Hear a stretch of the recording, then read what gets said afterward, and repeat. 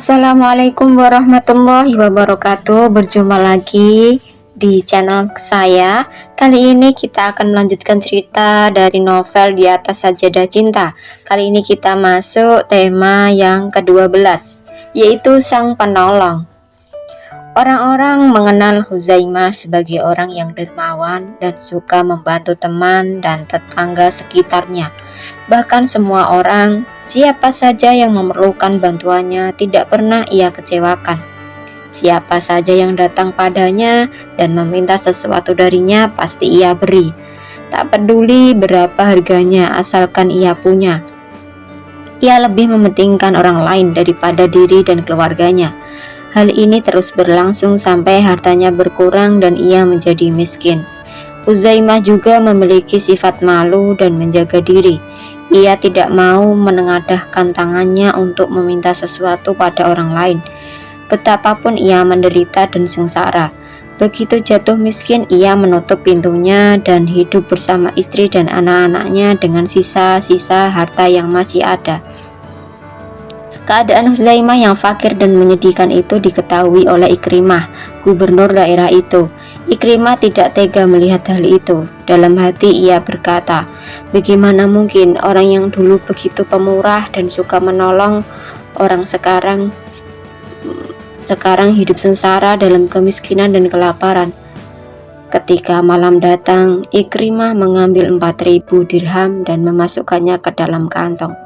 Ia keluar dari rumahnya diam-diam dengan menyamar dan menyembunyikan keasliannya. Ia menunggang kudanya dan berjalan menembus malam sampai akhirnya tiba di rumah Huzaimah. Ia mengetuk pintu berkali-kali.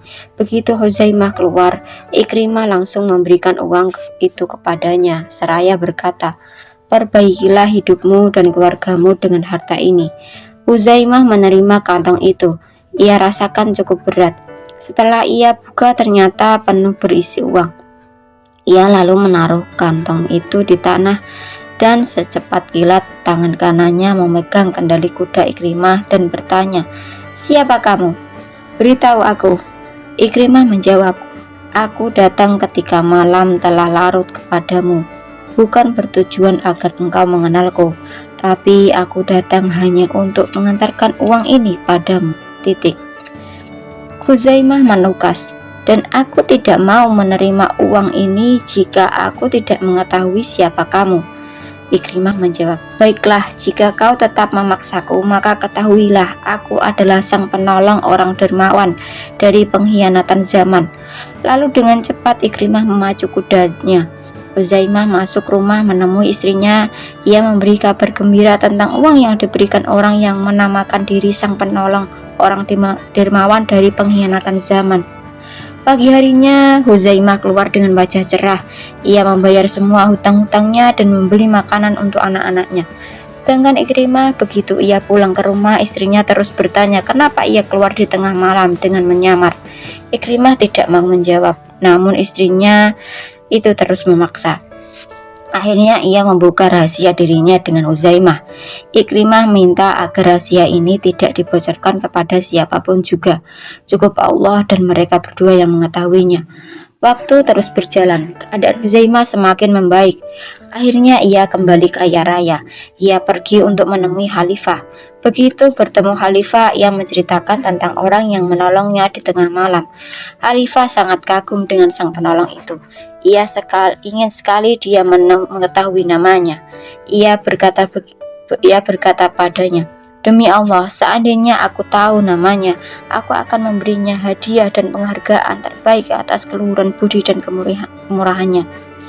Setelah itu Khalifah berkata, aku telah mengangkatmu menggantikan Ikrimah. Sekarang temuilah dia dan periksalah harta yang diperoleh dari kaum muslimin dan bagaimana dia menginfakkannya. Huzaimah kembali ke daerahnya sebagai gubernur, dan ketika Ikrimah tahu Huzaimah diangkat jadi gubernur, ia menyambutnya bersama segenap keluarganya dengan rasa bahagia. Huzaimah masuk istana pemerintahan diiringi serombongan prajurit. Ia langsung duduk di singgasananya dan memegang kendali pemerintahan. Hal yang pertama ia lakukan adalah memerintahkan bendahara untuk memeriksa keuangan pemerintahan Ikrimah. Setelah diperiksa, ia menemukan adanya harta yang kurang 4.000 dirham dan belum dilunasi Ikrimah. Huzaimah minta agar Ikrimah melunasinya, tapi Ikrimah tidak punya harta untuk melunasinya. Ia meminta maaf dan berkata, "Aku tidak punya uang untuk melunasinya." Huzaimah minta pada prajuritnya agar Ikrimah diikat dengan rantai dan memasukkannya ke dalam penjara sampai melunasinya. Keadilan harus ditegakkan meskipun pada teman sendiri. Ikrimah masuk ke dalam penjara tanpa mengucapkan sepatah kata pun dan tanpa menjelaskan kepada Huzaimah kemana perginya uang itu. Ketika istri Ikrimah mengetahui suaminya di penjara, ia sedih bukan main. Setelah berhari-hari, keadaan istri Huzaimah dan anak-anaknya semakin memburuk. Istri Ikrimah tidak bisa bersabar lagi. Ia memanggil pembantunya dan berkata, "Pergilah kau ke istana Gubernur Huzaimah. Katakan padanya, aku ingin mengatakan sesuatu padamu dan tidak mau didengar orang lain." Jika orang-orang yang ada di sampingnya sudah pergi dan tinggal gubernur seorang, katakan padanya, "Bukan begitu semestinya kau membalas sang penolong orang dermawan dari pengkhianatan zaman." Pembantunya itu lalu pergi ke tempat gubernur dan mengerjakan apa yang diperintahkan tuannya. Begitu mengetahui keadaan sesungguhnya, seketika itu Gubernur Huzaimah berteriak, "Oh, alangkah celakanya aku, alangkah tidak tahu dirinya. Ternyata sang penolong orang dermawan dari pengkhianatan zaman itu adalah kau, Ikrimah. Dan uang itu kau gunakan untuk menolongku saat aku sengsara. Kenapa kau tidak berterus terang?" Ia lalu berdiri dan mengumpulkan seluruh pembesar dan pemuka masyarakat. Ia memimpin rombongan itu menuju penjara.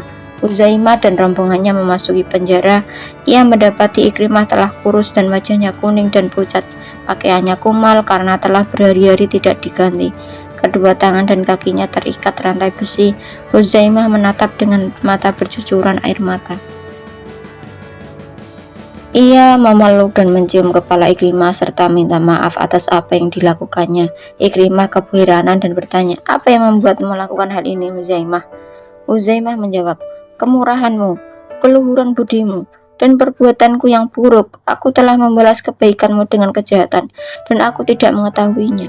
Ikrimah berkata, Allah mengampunimu." Huzaimah lalu minta pada penjaga penjara untuk membuka rantai Ikrimah, lalu meminta untuk merantainya sebagai gantinya. Tatkala Ikrimah menanyakan sebab permintaannya yang aneh itu, Huzaimah menjawab, "Aku ingin merasakan dirantai dan dipenjara seperti yang kau rasakan." Ikrimah bersumpah tidak akan keluar dari penjara kecuali bersama Huzaimah. Akhirnya keduanya diiringi prajurit dan pemuka masyarakat keluar dari penjara bersama. Ikrimah dibawa ke rumah Huzaimah. Ikrimah mengucapkan rasa terima kasih dan meminta izin untuk pulang. Namun Huzaimah mencegahnya.